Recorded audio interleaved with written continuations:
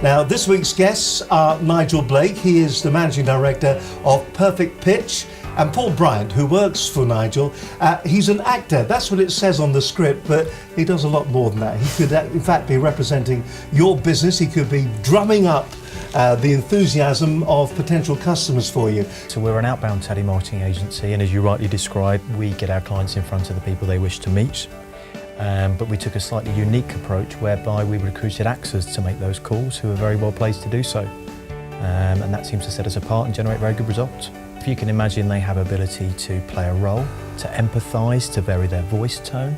They have no fear of rejection and they remember their lines. Confidence is a big thing, and I think, naturally actors are confident to be able to talk, to just, be a character, When you pick up a phone, you can talk to somebody and immediately you know that you will have to be a certain type of character.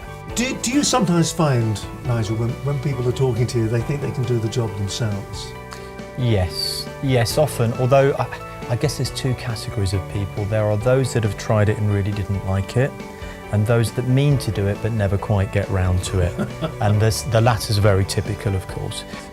I think typically when we're talking about profiling the clients they want to speak to, getting the right company in the right size, in the right industry, in the right location, we can buy that data off the shelf. It's pretty cheap, it's pretty reliable, and because of technology as it is in 2014, it's readily available to most businesses. What we would then typically give to Paul is, here's the company, here's the industry and so forth, here's the job title we're looking for, but you may need to do a bit of digging to find that right person. But fundamentally, and this applies to any aspect in life, be nice to people, say please, say thank you, recognise when it's appropriate, ask them nicely, and some people will respond to that. Not all, but it helps an awful lot if we can do that. Obviously, let's say if we're calling on behalf of gym equipment. I'm not the guy that goes to the gym, believe it or not. Hard to believe. I don't know much about gym equipment, but I have my piece of paper in front of me. I have what I need to know, all right? I need to talk to this person, understand whether they are interested or not, work out, once they are interested, work out how I can help them, and then put them onto somebody who has the knowledge. And that's my job, really.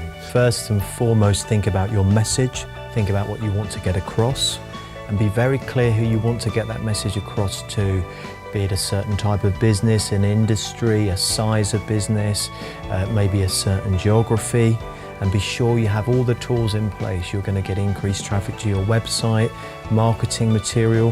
What about if you're very successful and you book lots of meetings? Who's going to go on those meetings? So preparation, and if you do it yourself, it's not personal.